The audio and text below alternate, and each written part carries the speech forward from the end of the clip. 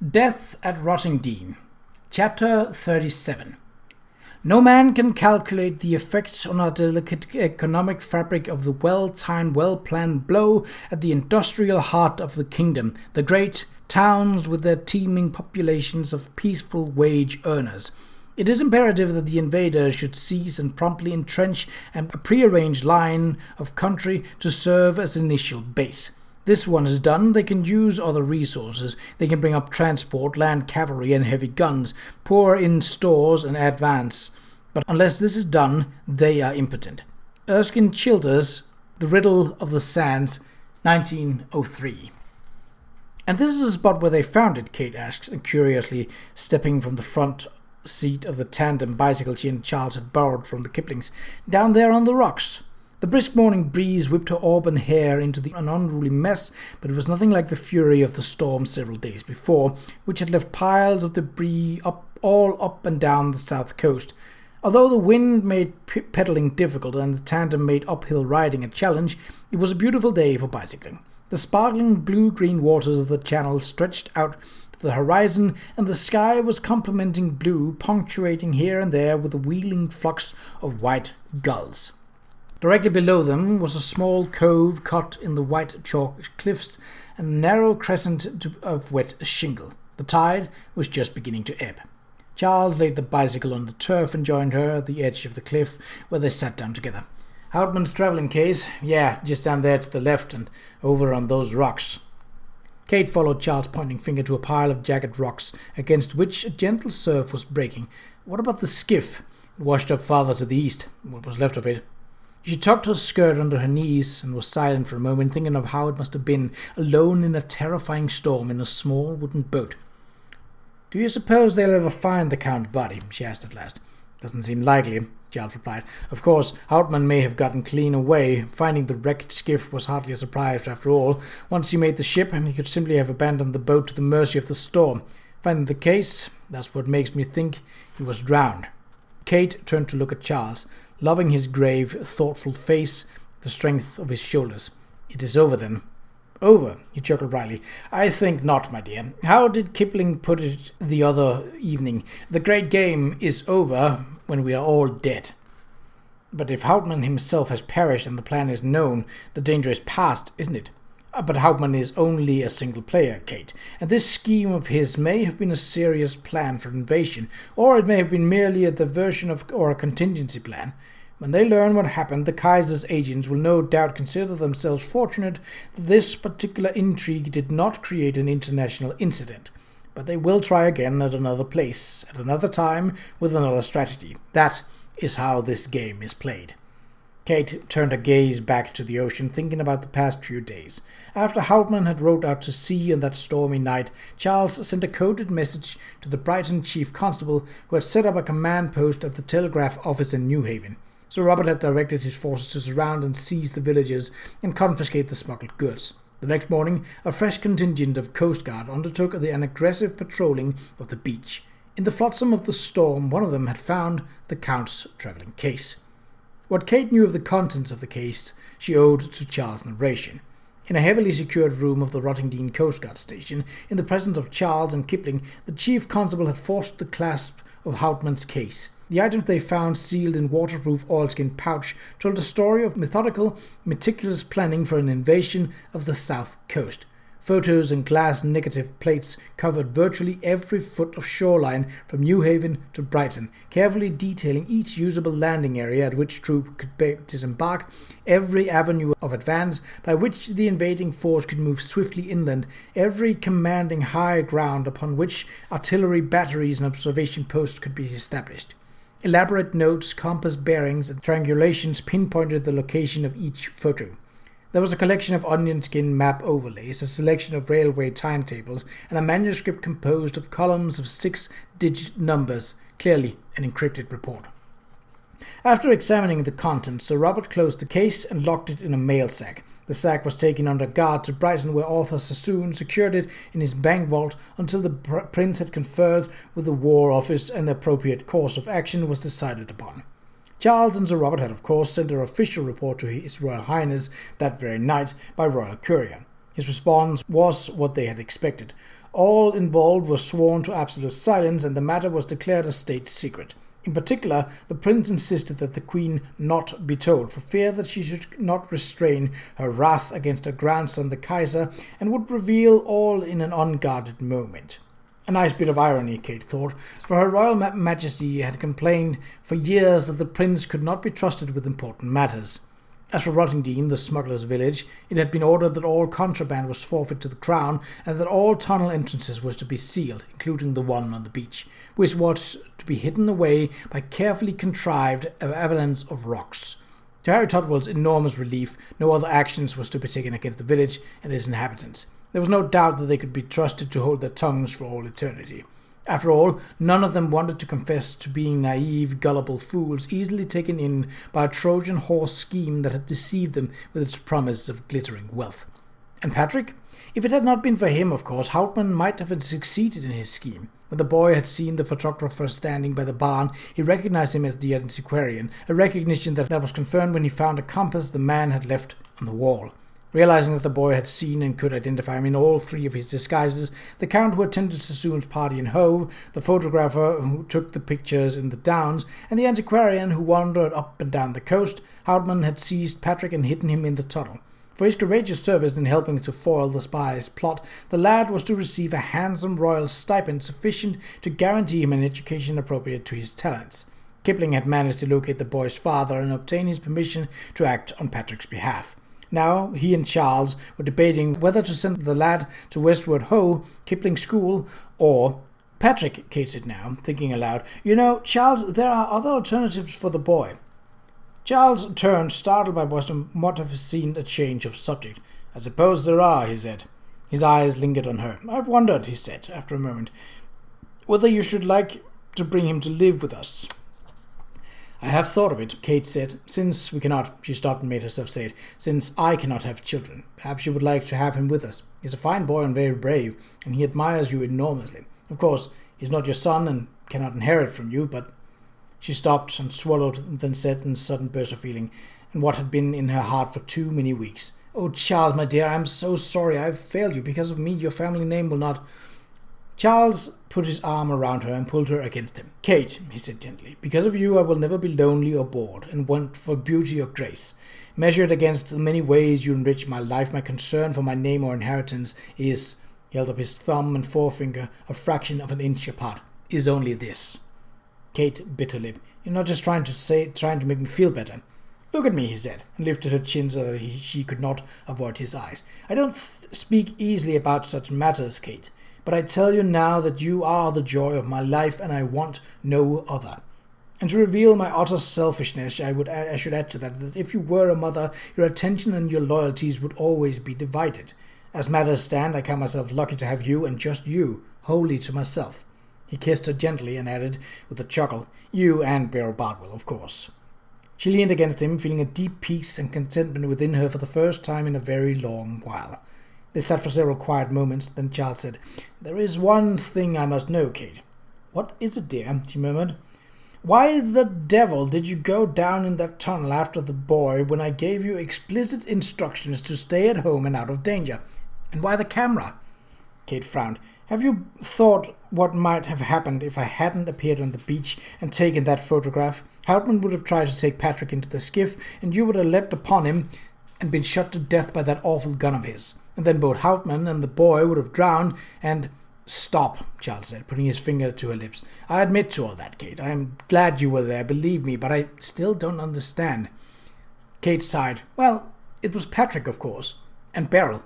"Beryl? Don't you remember? I told you she wanted to see the tunnel. The plot she has in mind for the next story has a tunnel in it." "Ah," Charles said. "I see. And the camera?" "For Beryl's research, of course," Kate said. She shuddered, opening her eyes very wide. You don't think I was going to go down there more than once, do you? Why, there were spiders." Historical notes and author's reflections. Every man must be his own law in his own work, but it is a poor-spirited artist in any craft who does not know how the other man's work should be done or could be improved. Rudyard Kipling, Something of Myself. Bill Albert writes, As we have learned in our earlier works in this series, it is always a challenge to include a real person in fiction. Given a man whose literary works are famous and whose political convictions are controversial, the challenge is even greater. To credibly recreate the man and to create a credible fiction that can contain and partly explain the man. It takes luck and often a great deal of hard work to discover documented aspects of the person's character that can be incorporated without contradiction into the fictional plot. In the case of Kipling, we were indeed fortunate of our choice, for as our research took us deeper into the man's life, we uncovered many authentic aspects of his personality, which supported our initial conception of the plot and showed us how to enhance and enlarge it. Years ago, Kipling's poetry was the hands-down favorite among the male students of my junior high English class. While he never served on active duty, Kipling early on developed a great passion for the military in general, and in his later years, the defense of the empire in particular. He was the common soldier's greatest admirer, spokesman, and advocate, and as he demonstrates in such poems as Gunga Din, Tommy, Boots, and Fuzzy Wuzzy. And throughout his life he continued to call to the nation's attention to the plight of the enlisted man. He was also the Empire's staunchest champion, raising an urgent warning against the Kaiser's bellicose posturings and the complacency of the British. For the purposes of our story, Kipling's move to Rottingdean in the summer of 1897 was most fortuitous. The village has a long and well-established tradition of smuggling, and we wanted to use that aspect of its history in the plot. However, as we had learned in our research for an earlier book, Death at Gallows Green, smuggling in England had generally ended by the mid-1800s, and Rottingdean seemed to have settled down to a more lawful existence. The key to this puzzle came to us when we were looking into an unrelated question. Where and when was the first automatic pistol developed? When we learned of the M96 Mauser, invented in Germany and first distributed in the year of our story, our double-layered plot emerged. According to his personal correspondence, Kipling's concern over the rise of Germany began in the period of our story, and we have borrowed some of his warnings for use in his character dialogue. In 1901, he established a firing range just outside Rottingdean because he felt the need to improve British marksmanship and raise his people's awareness in the face of this threat. The vulnerable Sussex seacoast had been invaded by the Romans, the Saxons, the Normans, and the French, and he could see no reason why it would not be a German target next. When his long-predicted Great War finally came, he secured a commission for his son John, who was only a month or so old at the time of our story. The 18-year-old boy could have avoided service due to his poor eyesight, but his father went to considerable length to get his son placed in the army. In August 1915, Lieutenant John Kipling went to war, and in September he was reported missing in action. His loss profoundly affected his father. A German invasion of England is a plot long celebrated in fiction and in fact. In 1871, Sir George Chesney, alarmed by Germany's recent defeat of France, wrote The German Conquest of England in 1875 and Battle of Dorking, or Reminiscences of a Volunteer. The story, which first appeared anonymously, narrated the British Army's defeat at Dorking after a German invasion at Worthing, 13 miles west of Rottingdean. In 1903, Erskine Childers wrote The Riddle of the Sands, the first important British spy novel, describing a great plan for a German cross-channel invasion of East Anglia. Historical sources suggest that the German High Command considered this contingency in the 1890s, and in July 1940 they drew up the plan for Operation Sea Lion.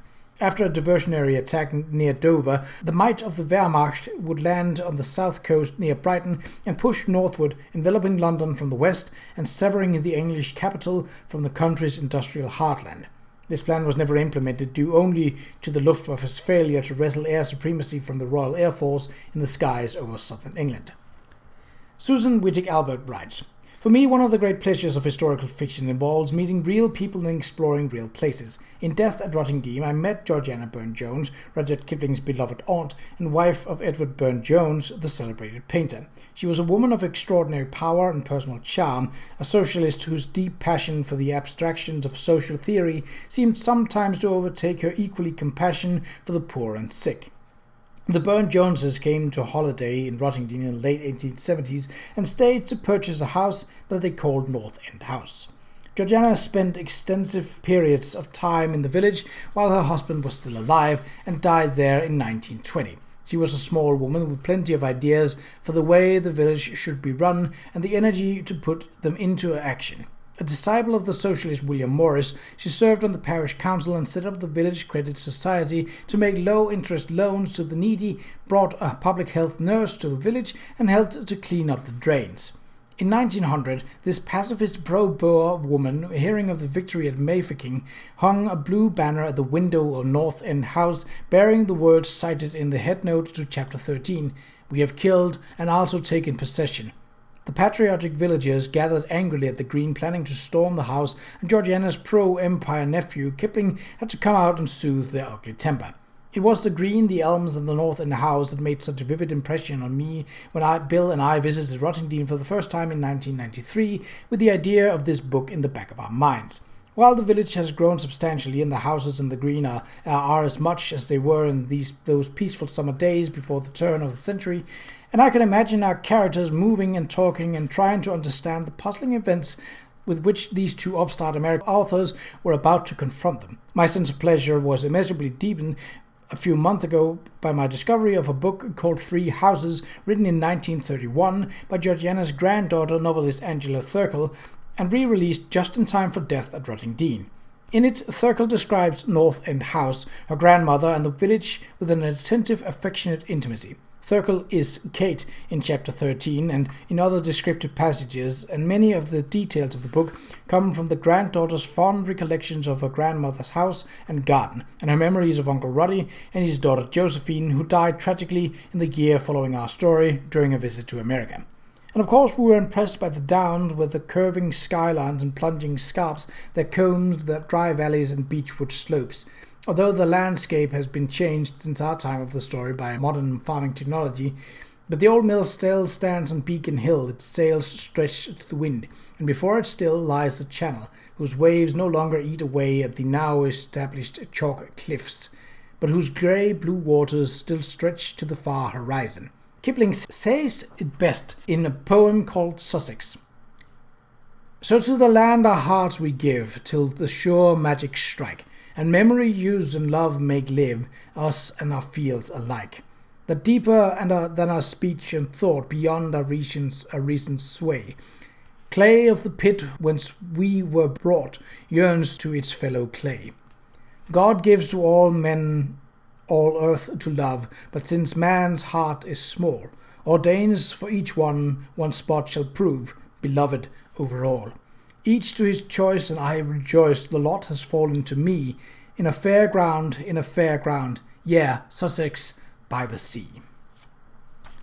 This has been my reading of the 5th chapter of the Victorian Mystery Series. At this time, all of the books have arrived, although not in exact order of how they were written. The first book I actually acquired in the series was the 8th one, which we will get to, obviously. And then I actually got them sort of 1, 2, and 3, and then I had ordered the rest, but number 7 wasn't available. So number 7 have only just arrived about a week ago at this point. I intend to read and record all of them, and I hope that you will follow along me and Kate and Beryl Bardwell's stories and figure out more Victorian mysteries. But until next time, take care.